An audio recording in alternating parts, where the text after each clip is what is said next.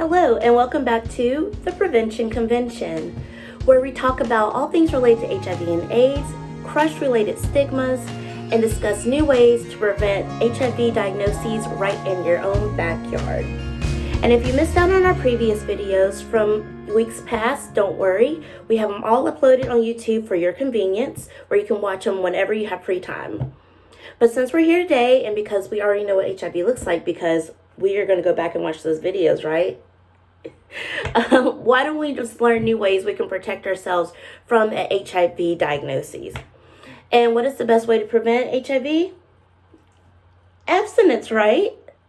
Right? Well, yes and no. So, while yes, not engaging in sexual activity at all is a great way to prevent the spread of STDs or contracting STDs, there's actually a very small percentage of Americans who actually practice abstinence. So, therefore, we really need to take a more in-depth look at other methods that we can use to protect our sexual health. And why don't we start with the most popular option, which is birth control? Yes, birth control. What is birth control anyway?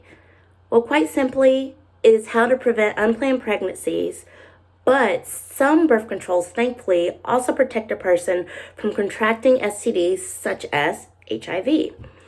All birth controls are not made equal, and there's so many options available to you depending on your preference. Some are easier to locate than others, and for some, you might need a prescription from your provider. So let's take a look at some of the options we do have available to us, particularly the ones that are used to prevent the spread of HIV and other STDs. But first, my favorite game, myth or fact. Yes, so question 1, myth or fact. Birth control pills and spermicides are great methods to use to prevent a person from contracting HIV. So this is actually a myth. These methods of birth control are used solely to prevent unplanned pregnancies.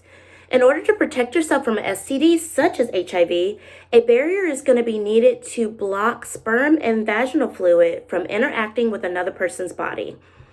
A barrier may also reduce the risk of developing an STD that transfers from skin-to-skin contact as well. So, one very popular and easily accessible form of birth control that can be used as a barrier is the condom. So, condoms are about 95% effective in preventing the spread of HIV and pregnancy, but they can be even less effective when not used properly. So, question, myth or fact?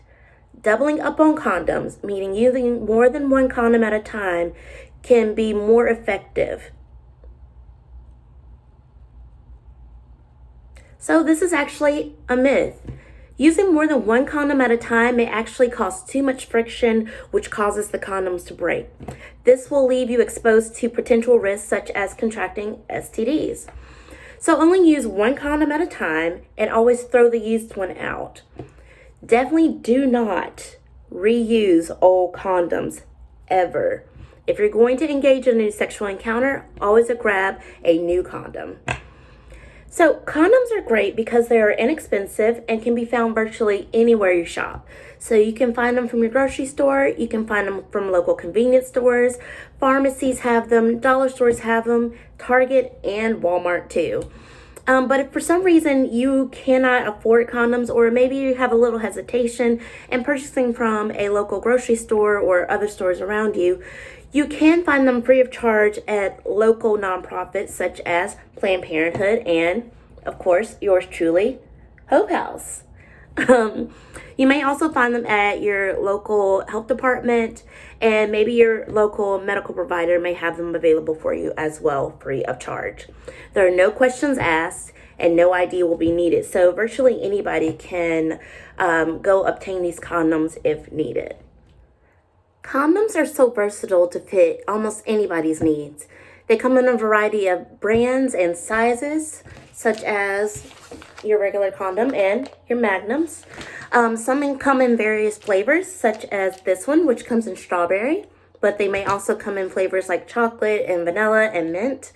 Some are thinner than others, and some come in different colors. So whatever you need, there's one for you.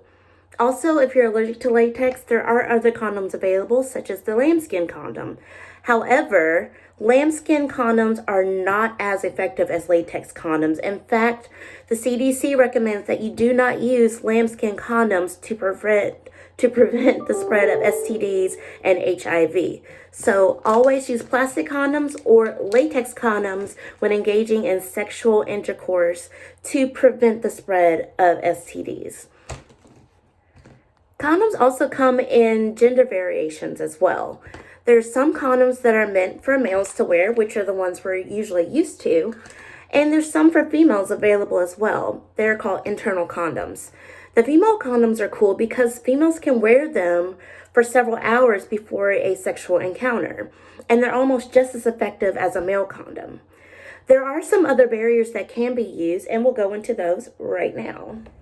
As we've learned from previous videos, although there's a very small chance of contracting HIV orally, we know there's still a risk of contracting it, as well as other STDs such as chlamydia and herpes orally.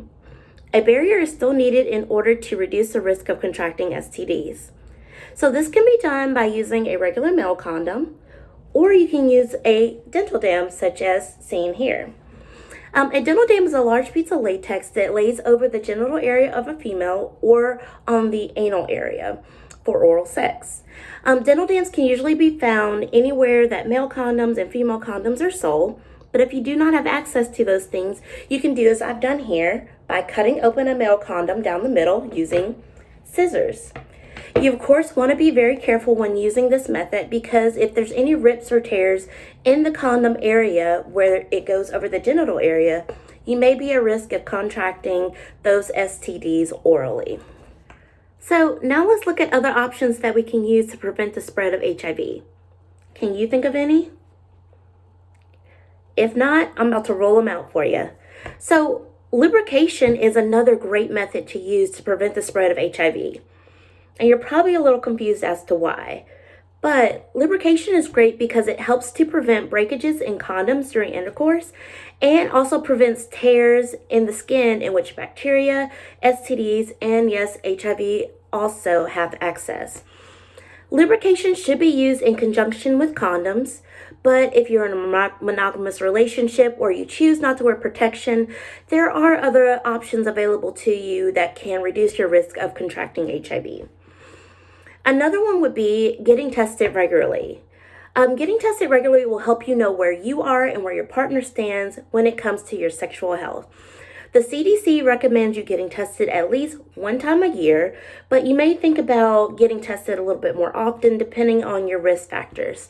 And that also includes if you have an increase in your number of partners. For every partner, you probably want to get tested again. It can be helpful for you and your partner to keep one another accountable as well by getting tested together and by sharing results together. It can be more beneficial and less anxiety provoking to go get tested with a friend or partner alongside you. You may also prevent the spread of HIV by using PrEP. You might see commercials for PrEP on TV, but you're probably still a little concerned about what it's about. So let me tell you what it's all about. PrEP stands for pre-exposure prophylaxis, and it's a once daily pill that you will use every day for a person who is negative to remain negative from HIV. So have you ever wondered how a person who is HIV negative might be able to date or even get married to somebody who is HIV positive without contracting the virus themselves? Well, PrEP is one of the answers to that question. Another answer to that question is U equals U. Undetectable equals untransmittable. A person living with HIV will not transfer HIV virus to another person if they are taking their medications and their viral load is undetectable. If you're interested in learning more about what U equals U really means, please check on my previous videos that I've recorded earlier to access this information.